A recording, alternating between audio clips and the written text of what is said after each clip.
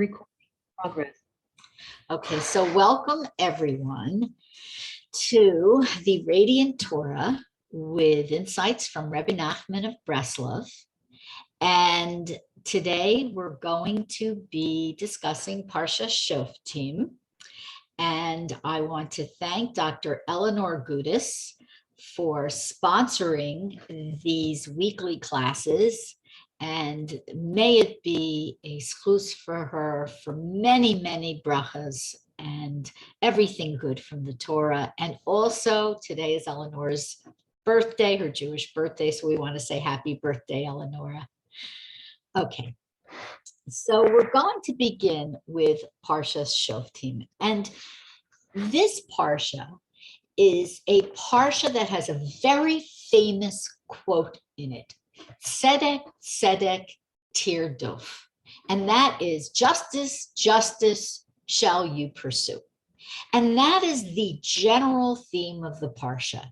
It's about judgment, it's about justice, it's about righteousness, and a lot of the laws surrounding this topic, as well as a lot of general discussions that Rebbe Nachman of Breslov and many others have found great inspiration for the month of Elul with these discussions, with this topic.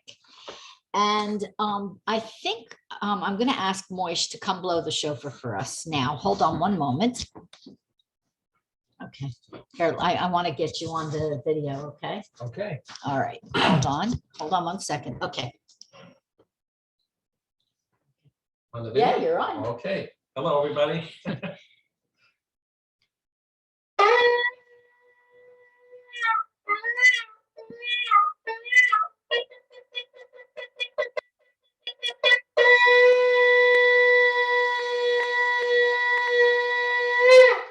Thank you. Welcome.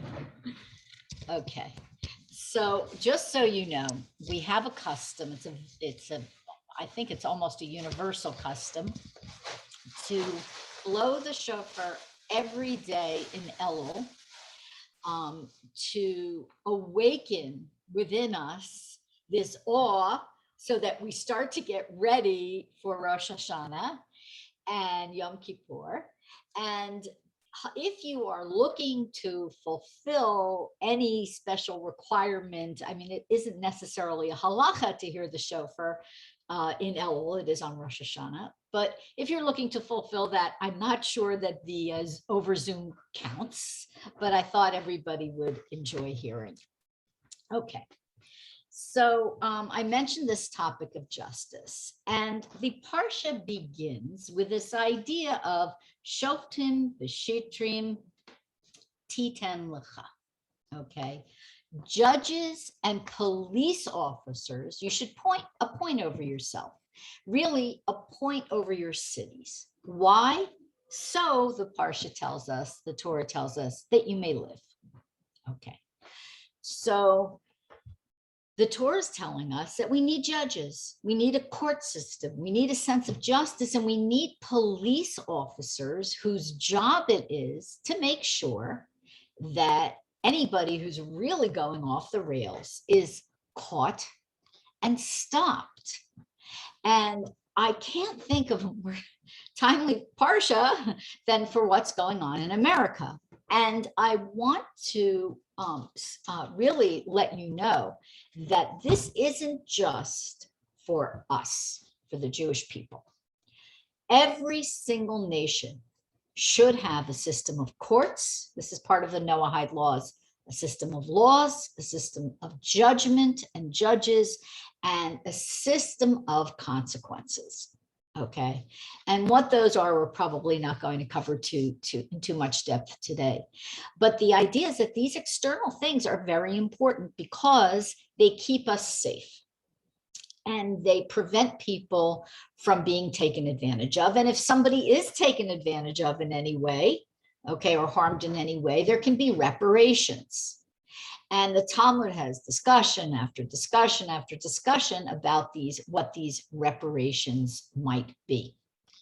So the idea is is that these external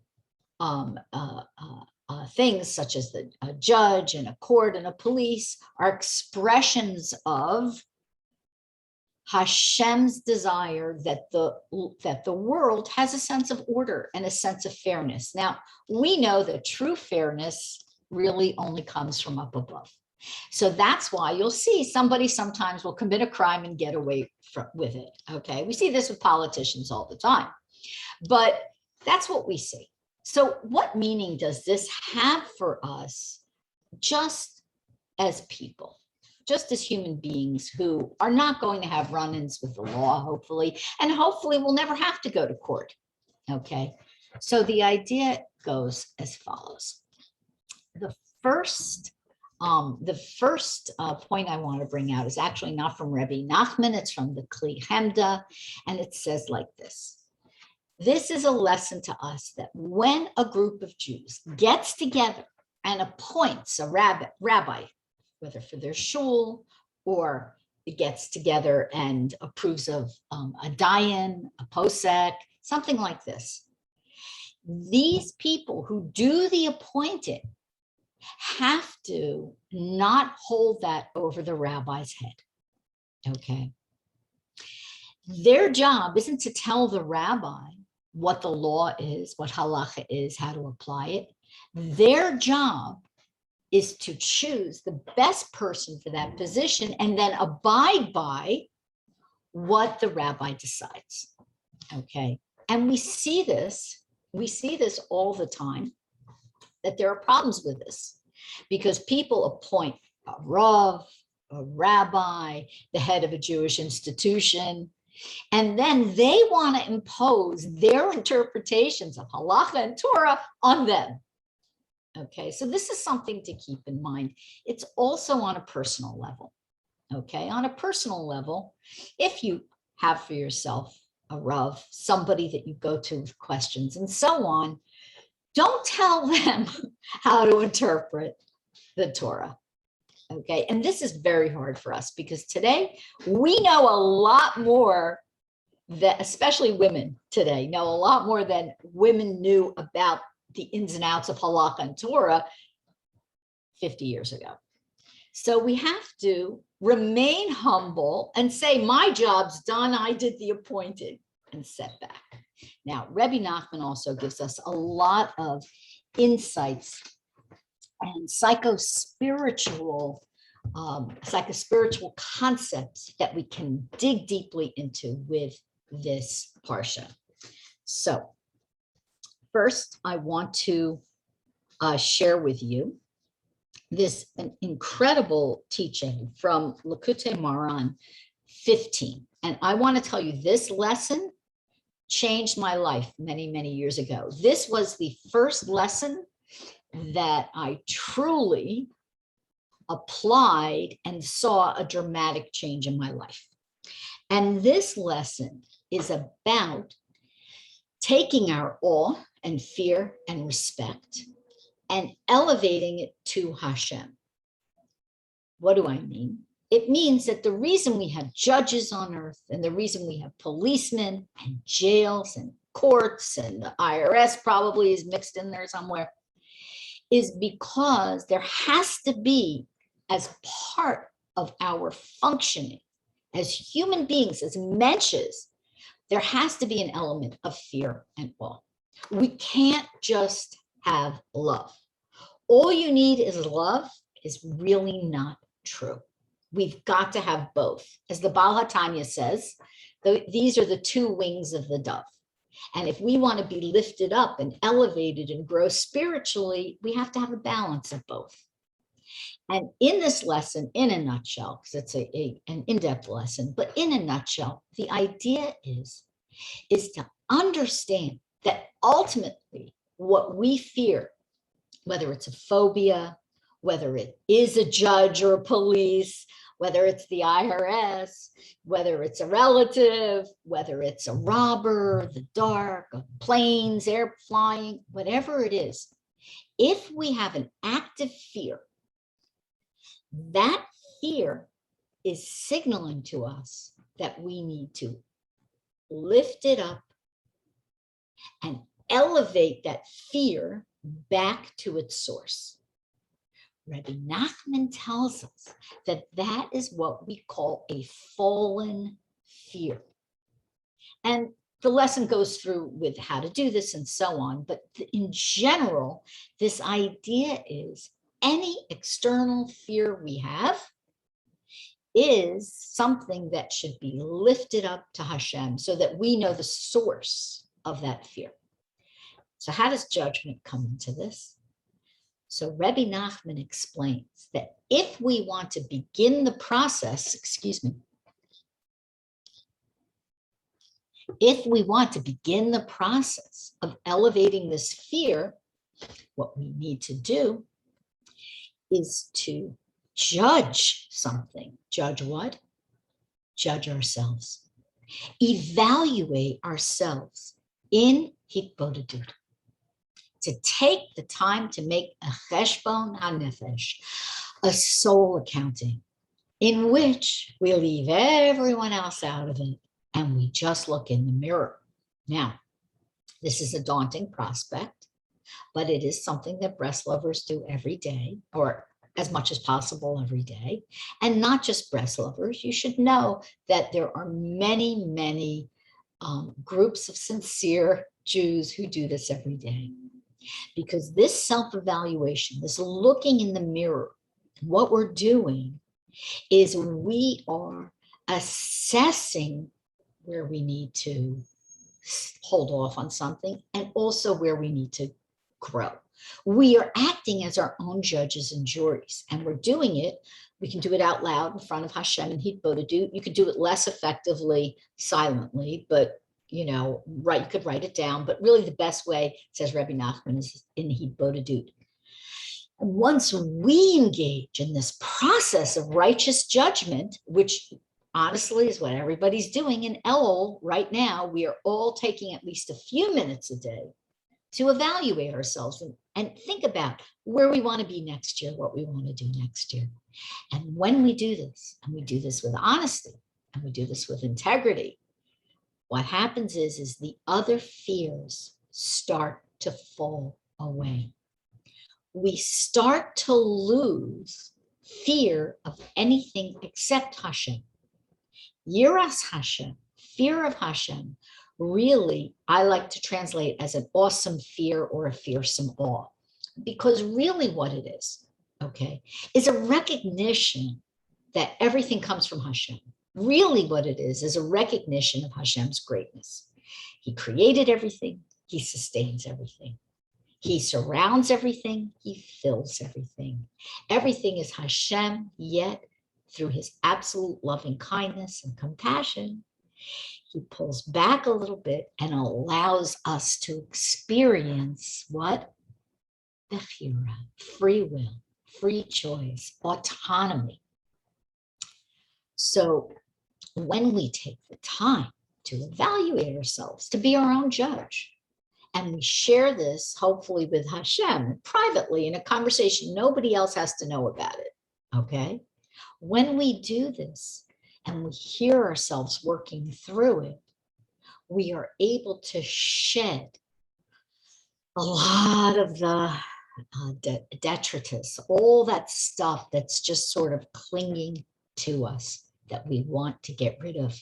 And when we shed that, we shed our fear.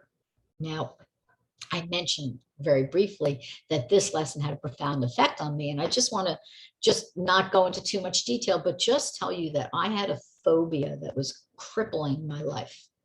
I don't know where it came. I kind of do know where it came from, but I don't know why I had this phobia, and it was closing me in more and more in a certain specific area of my life. And it was closing me off to opportunities, and it was closing me off to a lot of joy.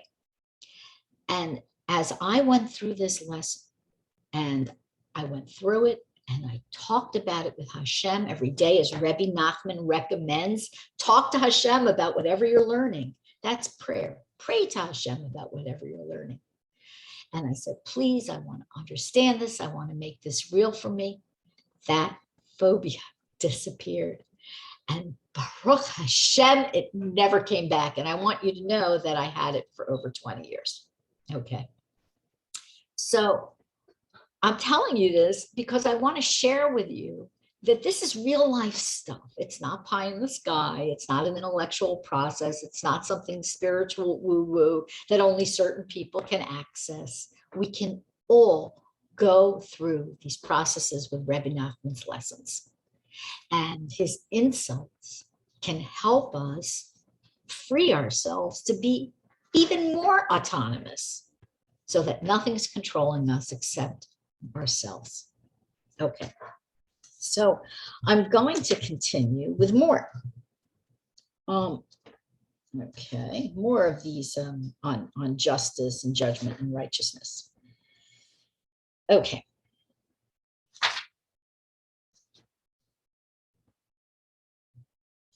I have so many here, I'm sorry.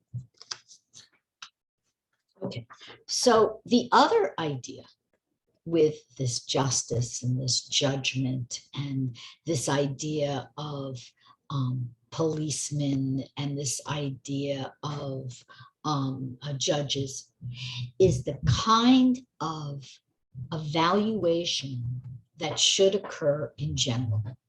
So the Rebbe explains, okay, I'm taking this from a couple of his sources, that when it comes to ourselves, when it comes to other people, we should give them the benefit of the doubt.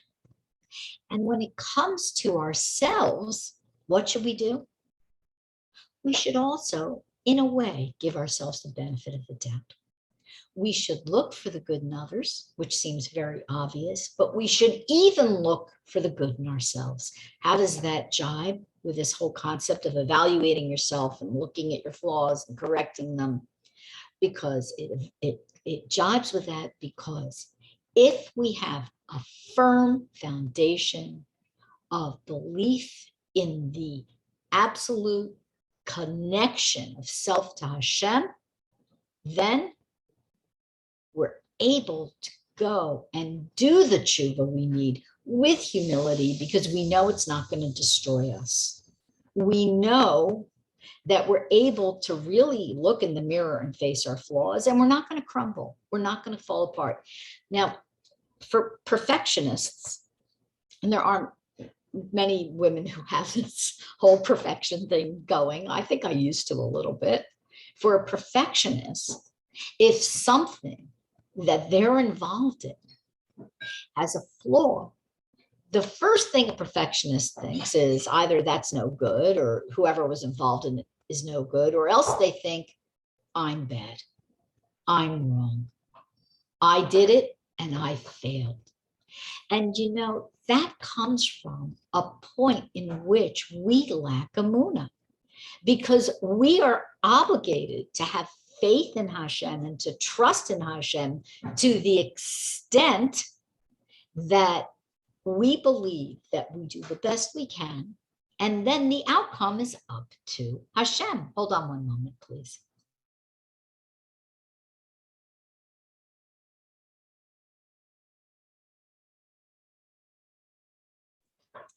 Sorry about that. There's a lot of noise going on out there, and it was distracting.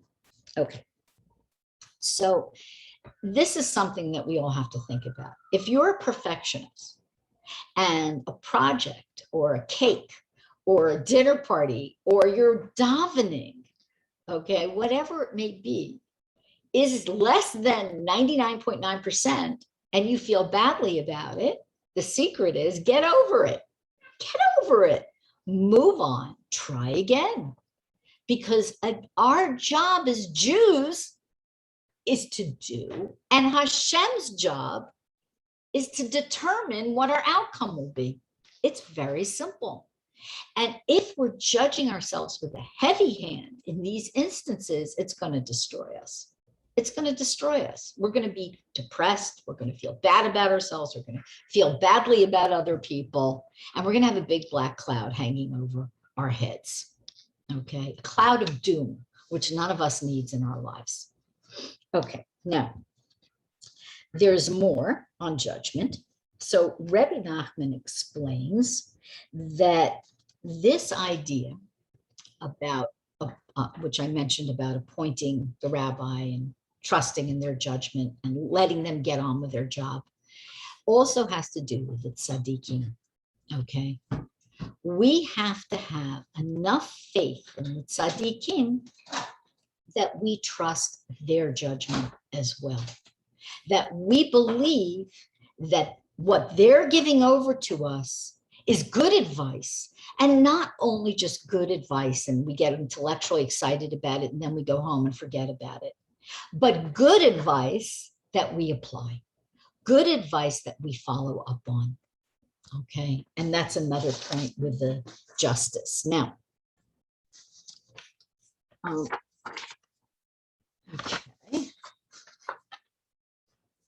What I'd like to do now is to go to another part of the parsha, which is extremely interesting, which is the laws of Jewish kings. So in this parsha, we begin with judges and policemen, and then we go to the kings. Now we have to understand something. Even though there is a mitzvah in the Torah to appoint a king, we know that the Jewish people were letting themselves down, the Mefarshim tell us, for appointing a king, for wanting a king. Why? Okay, because eventually we know we had the kingship in Israel.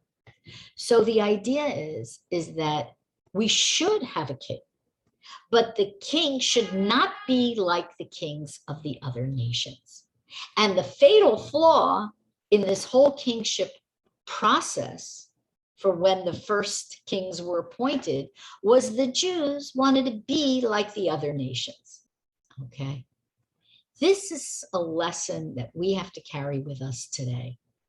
Our job is not to be like everyone else. It's just not our job. A light unto the nations means that we are different. We're different. We have a different role. Okay. We have a different responsibility, actually. And to want a king or to want a successful basketball star who's Jewish, okay, or to want a celebrity who's Jewish and get excited about it.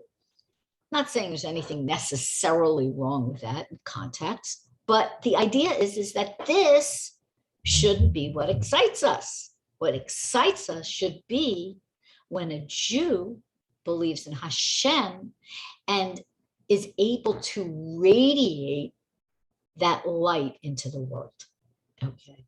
To radiate holiness and Hashem's glory into the world, his kavod into the world. If you weren't in last night's class on Elul and holy self-esteem, I reference this in that class. So there is a mitzvah, though, to appoint a Jewish king. There are, in fact, 3 mitzvahs that the Jews are commanded when they get into Eretz Yisrael after wandering in the Midbar. The first is to appoint a Jewish king who will be chosen by a prophet of Hashem and by the Sanhedrin. Okay, so there is a process. The next mitzvah is to destroy Amalek. And the third mitzvah is to build the Beit HaMikdash. So it is a mitzvah in the Torah, but our intention and our motivations are very important with this mitzvah. Now, what are the laws for kings? What about kings themselves? They're not above the law, okay? A king has to serve Hashem, first and foremost, and serve the people. He has to rule them and lead them and serve them. There is this sense of public service. We don't see this so much today, but I think you can get an idea of royalty today a little bit from the Queen of England. She's never really had a private life. Her whole life is one public appearance after another. And this current generation, of course, has, failed miserably. But in her generation, there was this sense of duty and responsibility and so on. And this is a sliver of what a Jewish king means. It's not exactly lahavdil, but there is a sense. There's a sense of what royalty is. And then we have royalty in the East, which we see today, which is, and by the East, I mean the Middle East and certain areas of the Far East that still have a monarchy. And we see the corruption, and we see the excess and the golden palaces and so on and so forth. Okay. And every child from the 20 wives is a prince or a princess. So we can see that that the nation's view of kingship, for the most part, is a little different than ours. And this idea is something that when we look today, we want to understand that a Jewish king, and Mirza Hashem, very soon, Mashiach will be revealed, and we'll have a king. We'll have a king. We will begin to understand what that really means. And it will be a sense, not of pride and, oh, we're just like the other nations. Look, now finally we have royalty. No, it will be a sense of, now we can all come together under a single unifying force that will even more so help us reveal the glory of Hashem in this world. So a king himself has to have some duty and responsibility and guidelines and restrictions. So what are they? So the laws is that a king misuses his position if he violates any of these prohibitions. The first prohibition is he may not keep extra horses, and we're going to talk about that. The second is he may not marry more than the prescribed number of wives. And the third is he is not allowed to amass more wealth than is necessary to maintain an army. Everything you can see from just off just a short reading, you can see that everything here is about duty and about restricting himself and not getting carried away. Also, a king is obligated to write a Torah scroll for himself, and he's required to read parts of the book of Devarim at a national asifa, a national assembly every 7 years. What's Devarim? That's what we're in now.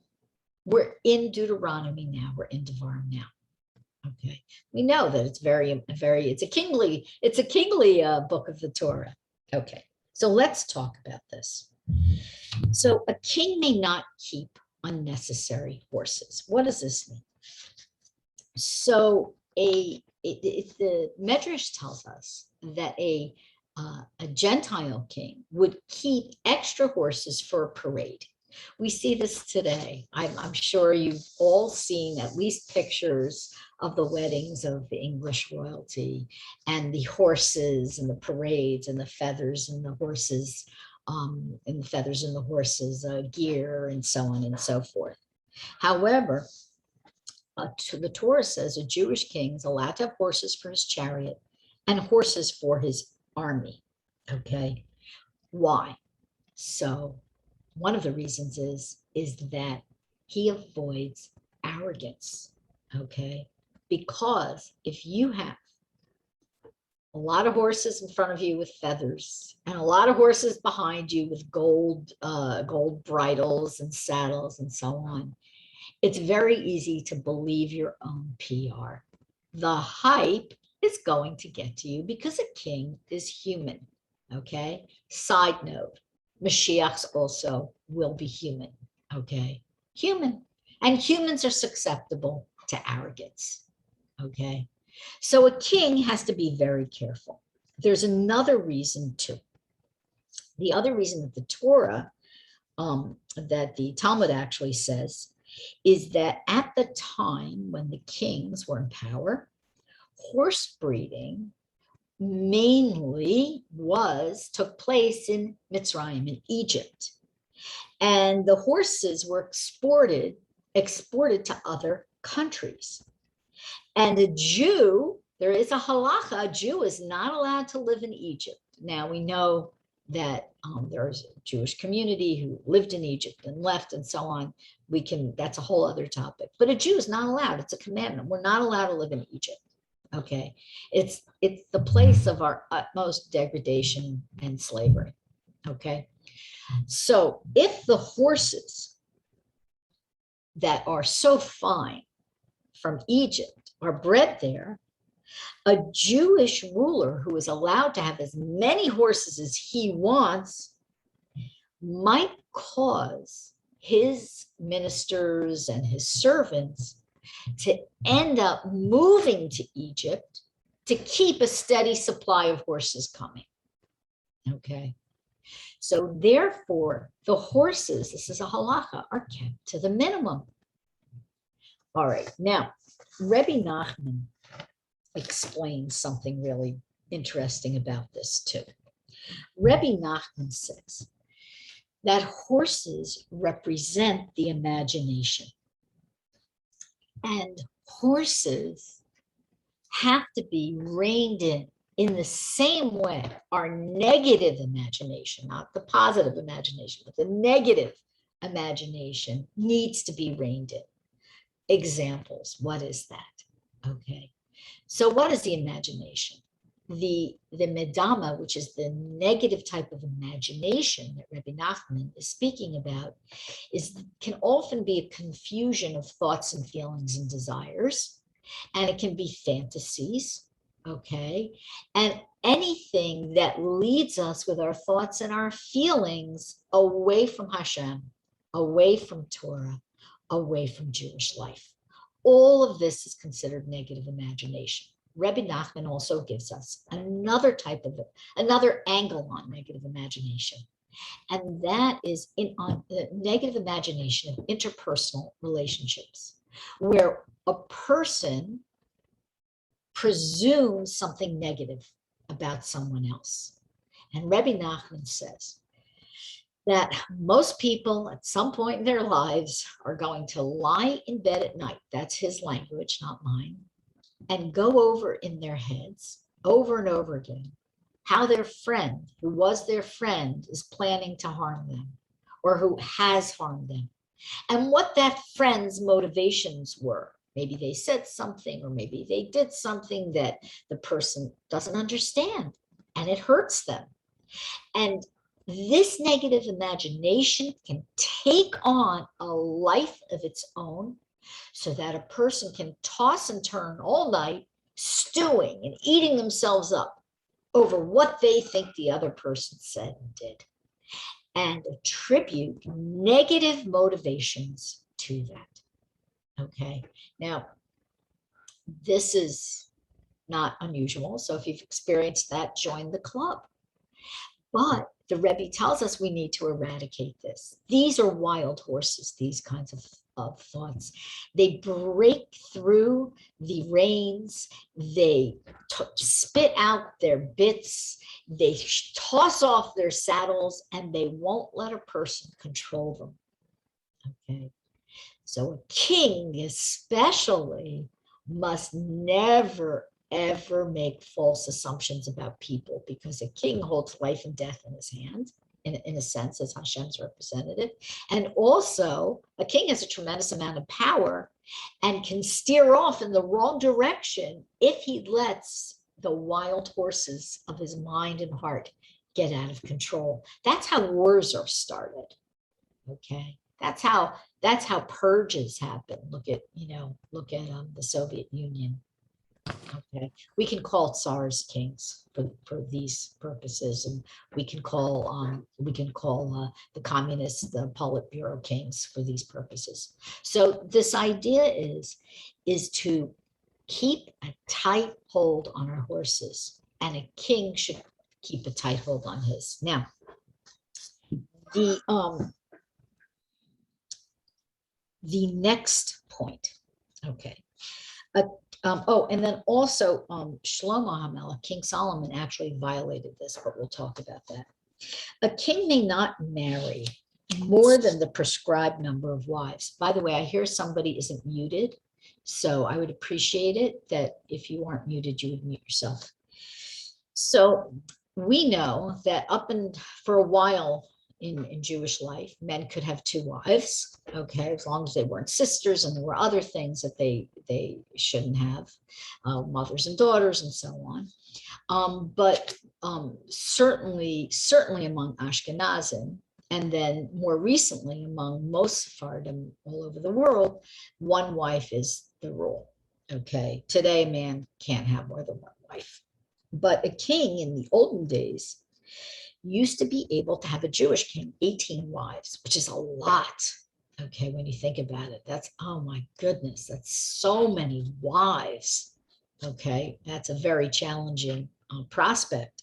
But Gentile kings used to have hundreds of wives. They had harems, okay, in that area of the world, the Middle East and the East. There were harem after harem after harem, okay? And a Jewish king was reigned in, only 18 wives. Okay, only, but why? Why was that a restriction? Okay, so the idea is to pay attention to governing the people, ruling the people, rather than indulging in physical pleasure. Okay, physical pleasure was not a perk of the Jewish kingship. Jewish malchus doesn't say that, oh wow, now you're king, so you get to have even more physical pleasure than the rest of the people, which was how in the East, the Far East, if you look at China, if you look at the Arab lands, this is how it was seen. Oh, you're king, you get more pleasure than ordinary people. So there was an understanding that 18 wives also was, it was partially put in place instead of just one or two wives. The Hashem ruled that this would be put in place. Part, a human understanding of this is for diplomacy, because we know that when people marry, alliances are made. Okay, so the tribes could be represented by the woman who is their wife and so on. However, Shlomo HaMelech actually violated this. Okay, he had many wives. I don't know the exact number. Oh yes, here it is from Malachim: 700 wives and 300 concubines. Wow. And he had, going back to the horses, I want to group all the things that he messed up on, okay, because there was a real issue here. 40,000 stalls of horses. Why? What does this mean? Why did he transgress? So Shlomo HaMelech didn't want to transgress the Torah.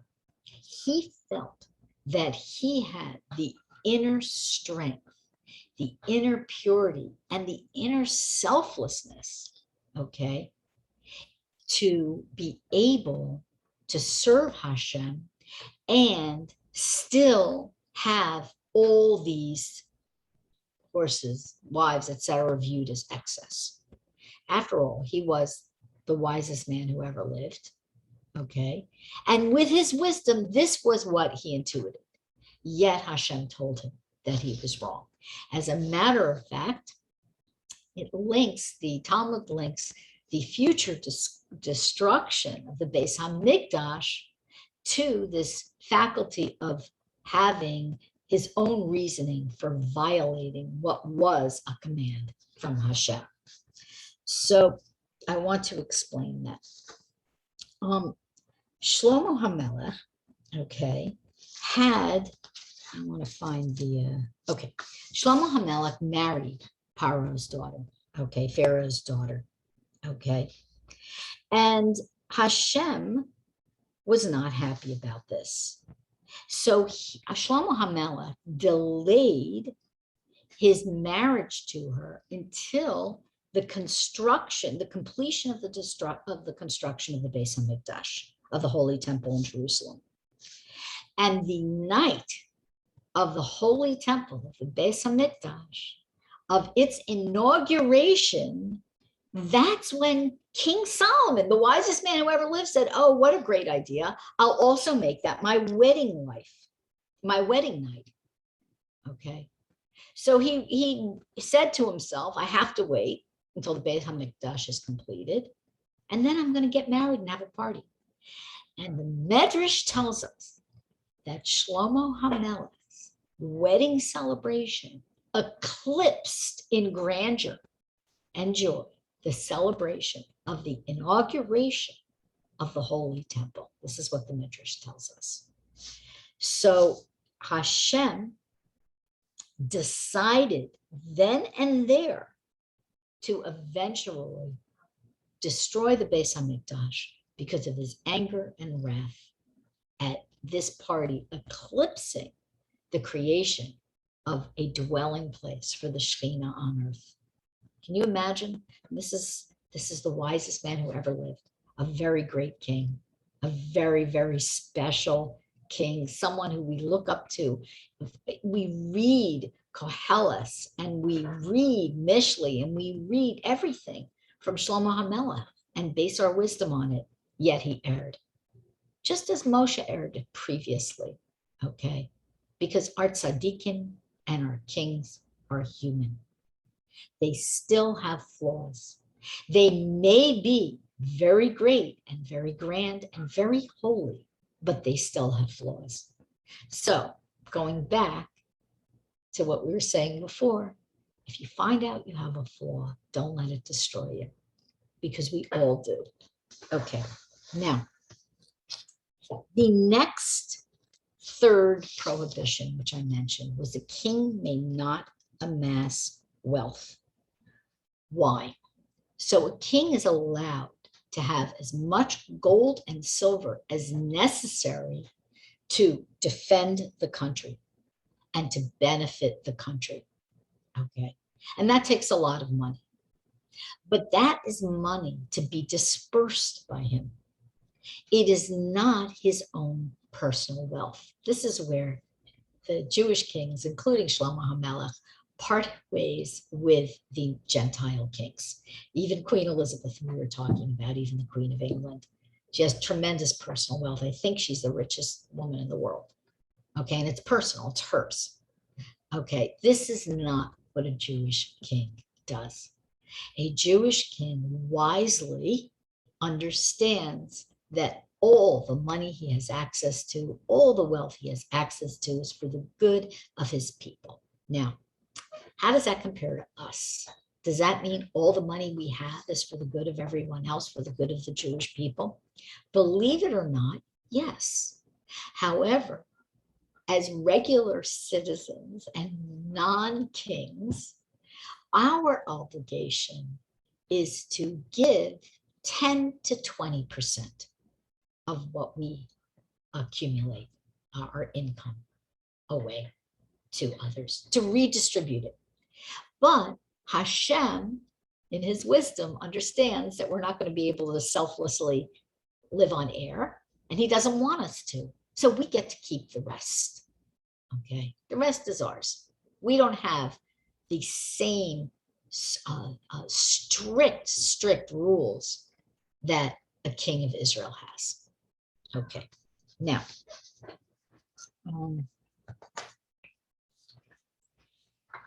then the Torah tells us the fourth rule for kings, the fourth halacha for kings, which isn't a prohibition, but it's a prescription, is that when a king sits on his royal throne, he must write for himself 2 copies of a Torah in a scroll in the presence of the Kohanim and the Levim. Okay, a king must write 2 Sefer Torahs. Okay, so why does he have to have 2 Sefer Torahs?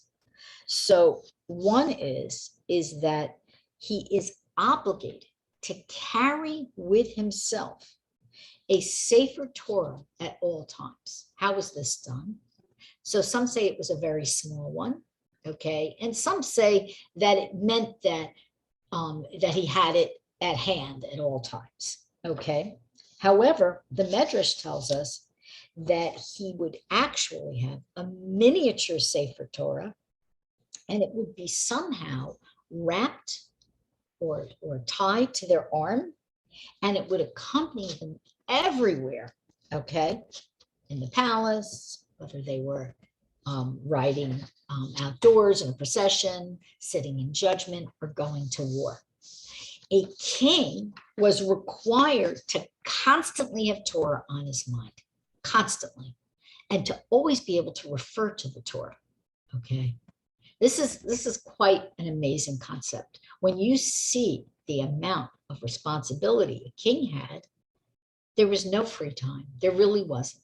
Everything was in the service of Hashem. And a king couldn't do anything without feeling the weight of a Sefer Torah attached to him, whether the Midrash is literal that he had it, or whether it's something that followed him around from room to room. Okay, so this idea is that a king must have this knowledge, must study Torah all the time and refer to Torah all the time. So what do we do today? So we try. This is what we try to do.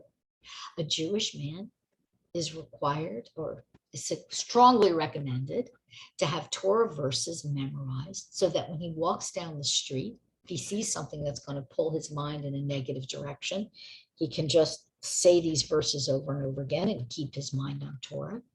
And for us as Jewish women, it's not a bad idea either to have a line or two from what? From anything in Torah, anything in Tanakh, Sefer Tehillim, Psalms, to have a line or two memorized, to have a prayer or two memorized, so that wherever we are, whenever we're wandering in the street or going to the store or whatever, we can always keep our minds on something positive.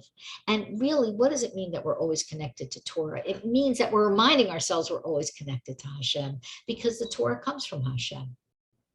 So that is really what our true obligation is. The overarching obligation for a king and for each of us is to always feel connected to Hashem. But a king had even more pressure on him to do so. It was very important that he do so. Okay. So, okay. Let me, oh, and there's another reason too. There's another aspect to this too. The aspect is if you're learning Torah all the time, which the second the king had a spare second, he was learning Torah.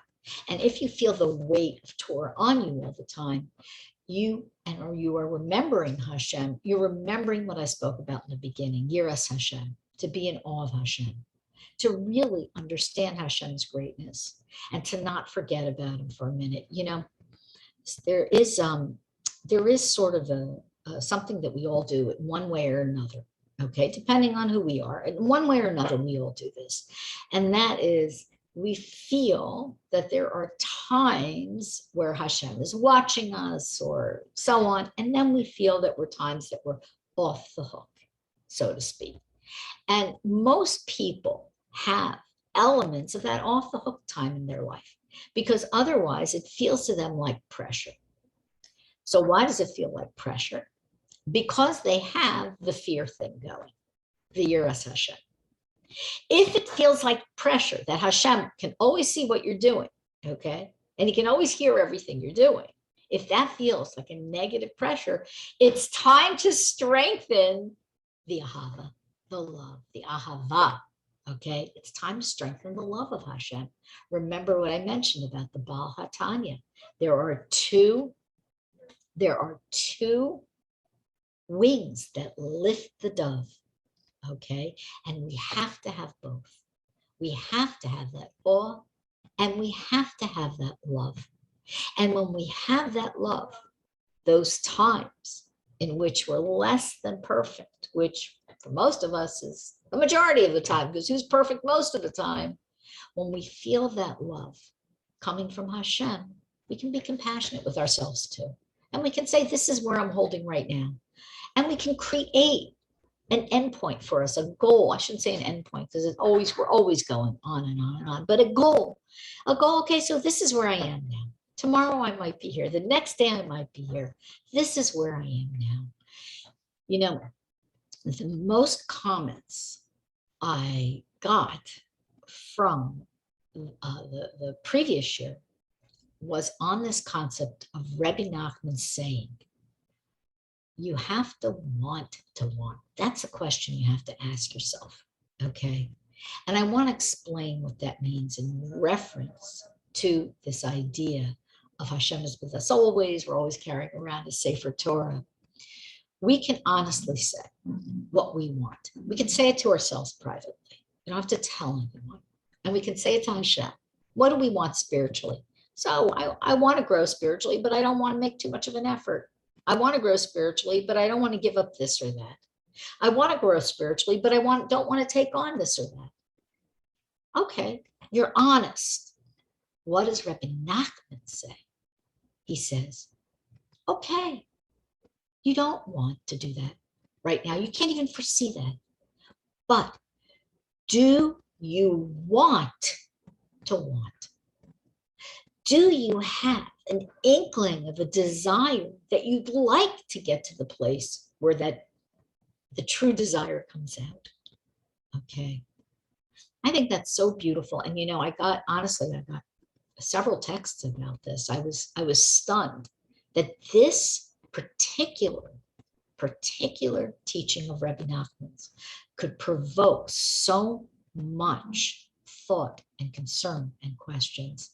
And I love this because it lets you have a room to think about, instead of saying, well, I don't want that, so there's no hope for me. Or, I don't want that, there's no room for me here.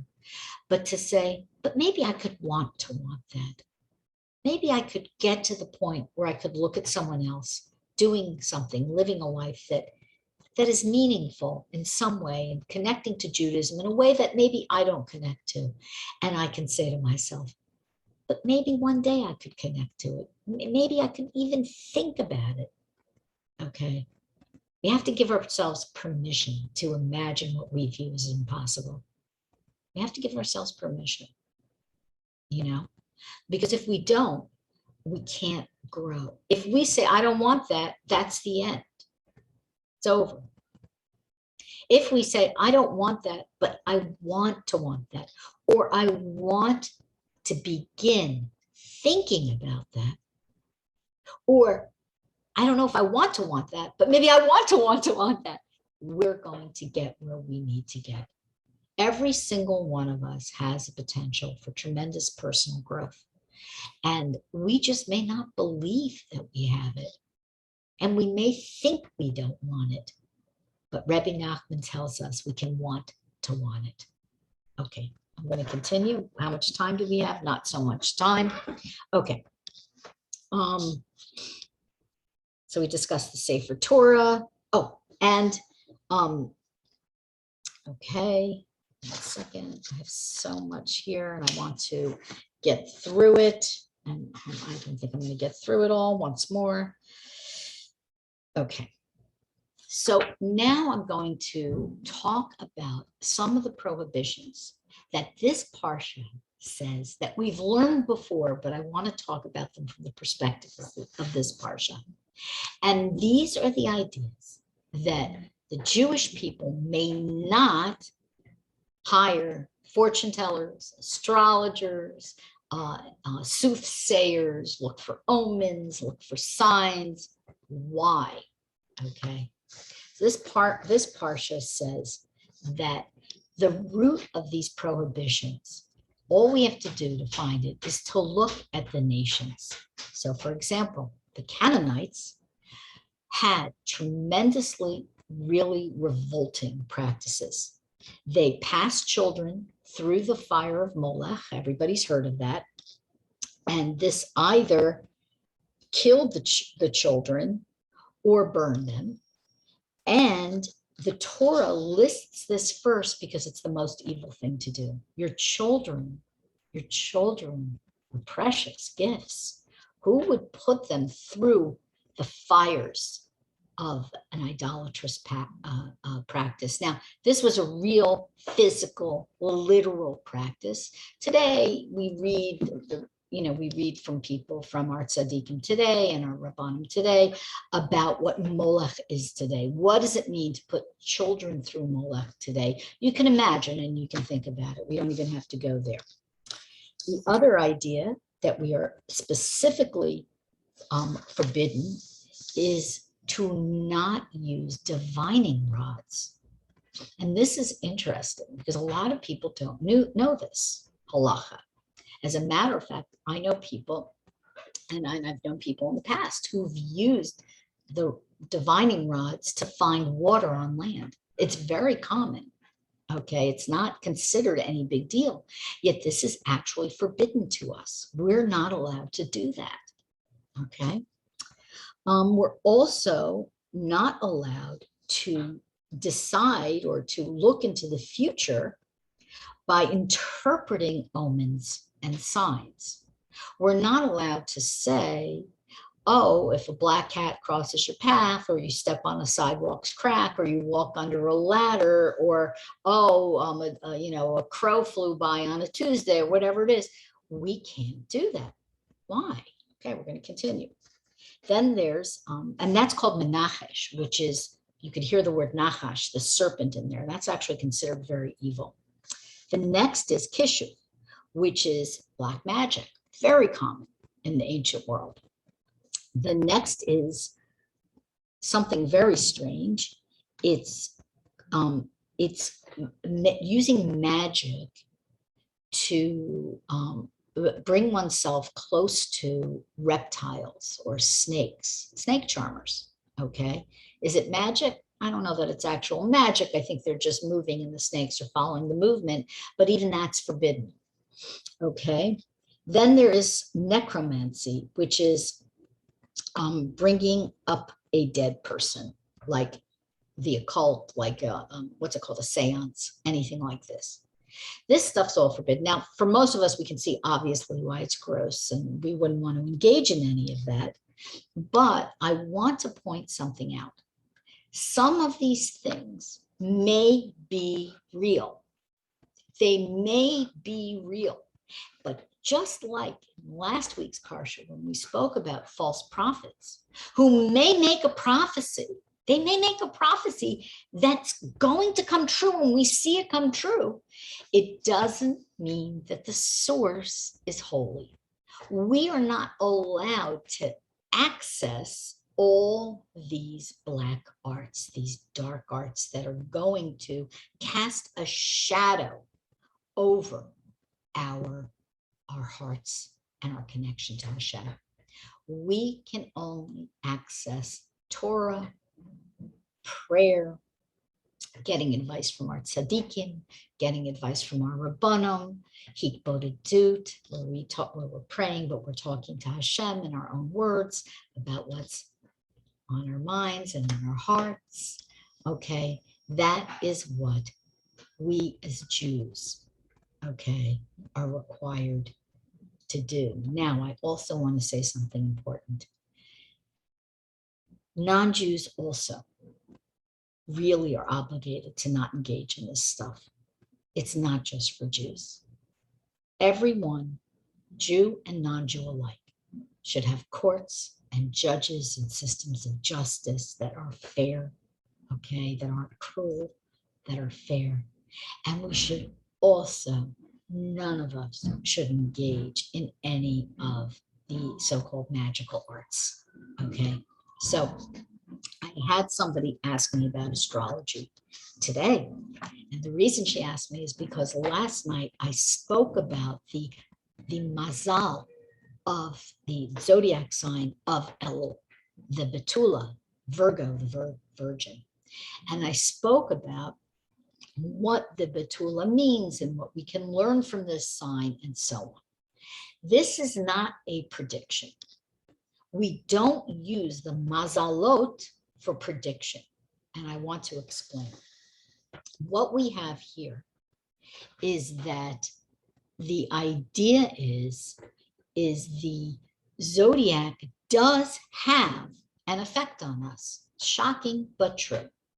Okay.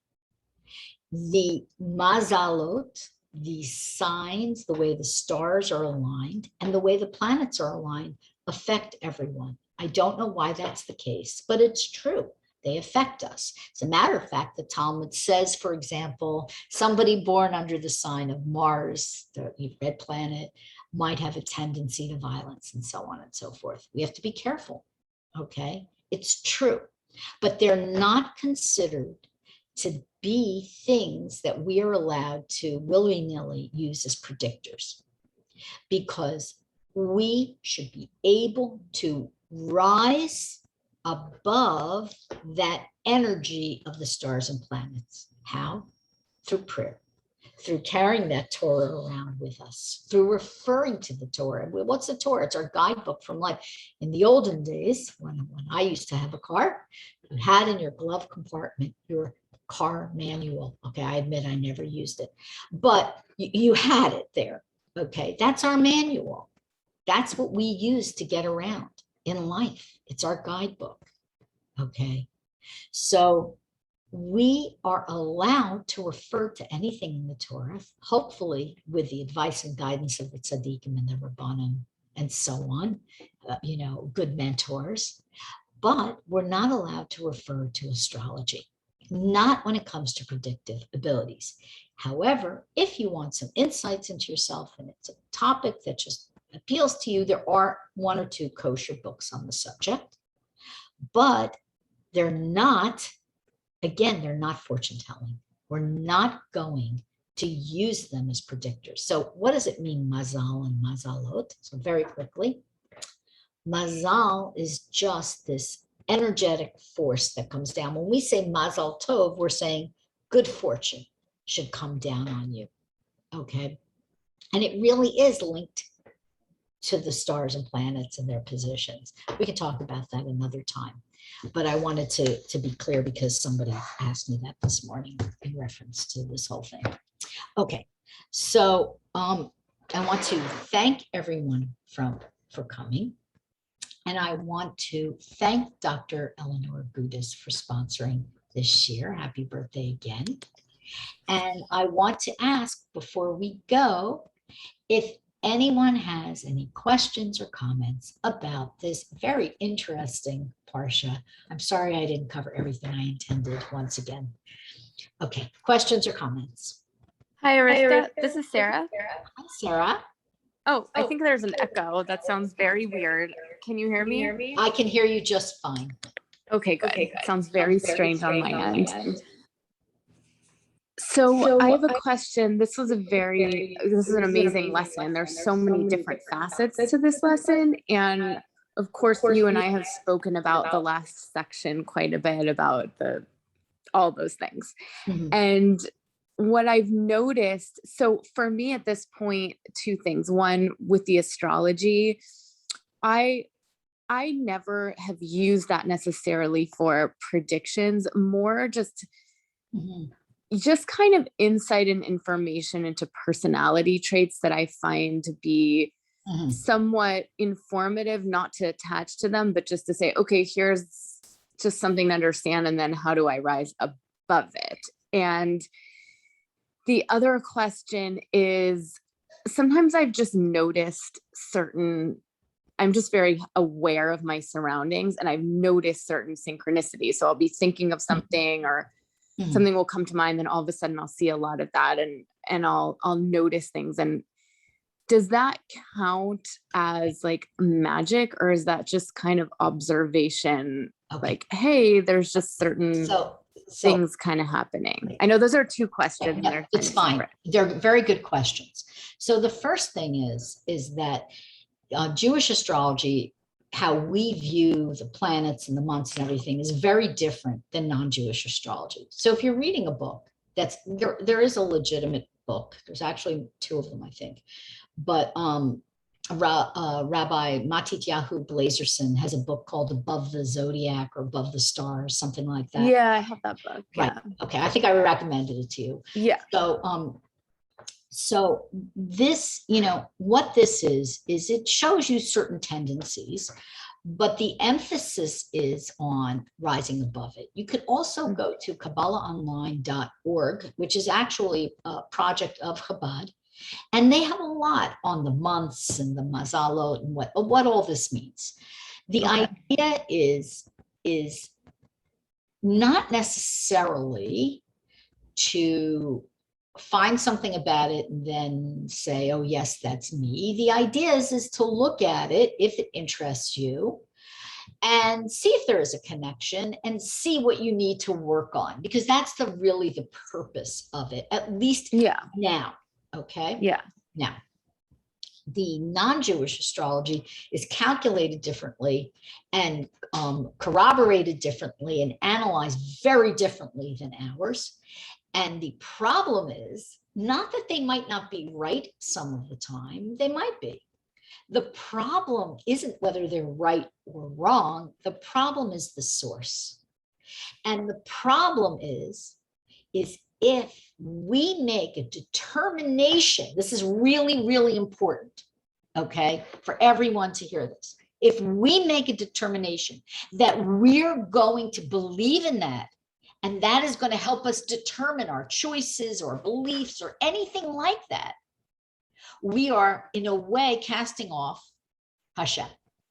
Because the Torah says the way in which a person wishes to be led, the path a person wishes to walk down, that's the path that Hashem is going to open up before you. And so I'm going to say it in a folksy way, but if we say, oh, I'm going to believe that, you know, maybe I'm this sign and the Jewish astrologer and that and this, and I'm going to follow that, and I'm going to let it determine everything and and I know it's going to predict, and it's going to give me insights into me and this person and that. If we agree to be ruled by it, Hashem will remove himself, so to speak, and let us be ruled by it for good or ill. So it's better not to touch it. Okay. It's better not to touch it. I'm not saying that there may not be truth in it. You know, we know that, you know, we can say there's truth in this science and there's truth in this history and so on. We can also say this about this stuff too. You know, we really can. But just because there's some truth in it doesn't mean it's something we're allowed to use. Okay, there's plenty of nutrition in pork. Plenty. There's protein, there's all kinds of things, but we're not allowed to eat it. It's not for us. Okay, we can't access what's good about it in there. All right, now the next question. What was your next question? Really quick, just give me the subject. Yeah, my next question was about just kind of seeing synchronicities a lot, just through it, that I visualize here. I got it. I remember. Okay, so in terms of seeing synchronicities, so that's better than seeing omens and signs. Okay, however, you know, this term synchronicities really came about because of Jung. And Jung, who was the breakaway from Freud, I don't know if I'd say he was a raving anti-Semite, but he definitely was someone who believed that all the folk religions and deities and polytheisms of the world were valid. And his idea of synchronicity was instead of saying a coincidence, or I think of something, I think of my friend I haven't seen in years and the phone rings and it's been 10 years. We've all had this happen, right? Yes. Okay, so let me finish. So anyway, so because of this, okay, he's saying, oh, so the universe is bringing this stuff in front of us together, and we have this synchronicity, and it's more than a coincidence because it has meaning, but Hashem's not in the picture. However, Rebbe Nachman tells us specifically that we are allowed to look for evidence of hashgacha pratis. So you can't find a parking spot and you say, you know, Hashem, I've been running late for this crucial appointment. I'm going to give 10% of what I earn in this business appointment to charity right away. And the parking spot opens up. You can say, not that's a synchronicity. Not that it's a sign or an omen. What it is hashgacha pratis. What is hashgacha pratis? Hashgacha is the supervision, divine supervision of every little aspect of our lives. So we're not seeing coincidences. There's no such thing in Judaism as a coincidence. We're not seeing synchronicities. We're seeing evidence that Hashem is involved with each of us so personally on everybody, every single one of us, not just you, Sarah, not just me, everyone, so personally that he's managing in every aspect, everything about our lives. I actually have an appointment, but I want to finish this point because it's important. Okay. So the idea is to not allow ourselves to get caught up in the magic of it per se. The idea is to allow ourselves to get caught up in this feeling of connection to Hashem, which shouldn't give us delusions of grandeur. Nobody's a Navi today. Nobody's a prophet today. But we are allowed to feel that, oh, Hashem's watching over me. Oh, I thought about my old friend and there she is. And there's my other old friend and blah, blah, blah. Oh, Hashem's bringing us together. Isn't that lovely? We are allowed to feel that. If you're hearing messages from Hashem, watch out. But if you're noticing these beautiful confluence of events that Hashem is orchestrating in your life, then that's a blessing. Okay. Sarah, thank you for the great questions. Thank you. Thank you so much. I will speak soon, I hope. Everyone, I hope you have a great week. Please join me tomorrow for the audio class on more on Elul. And thanks again. Have a great week, everyone. Thank you. Okay, all the best.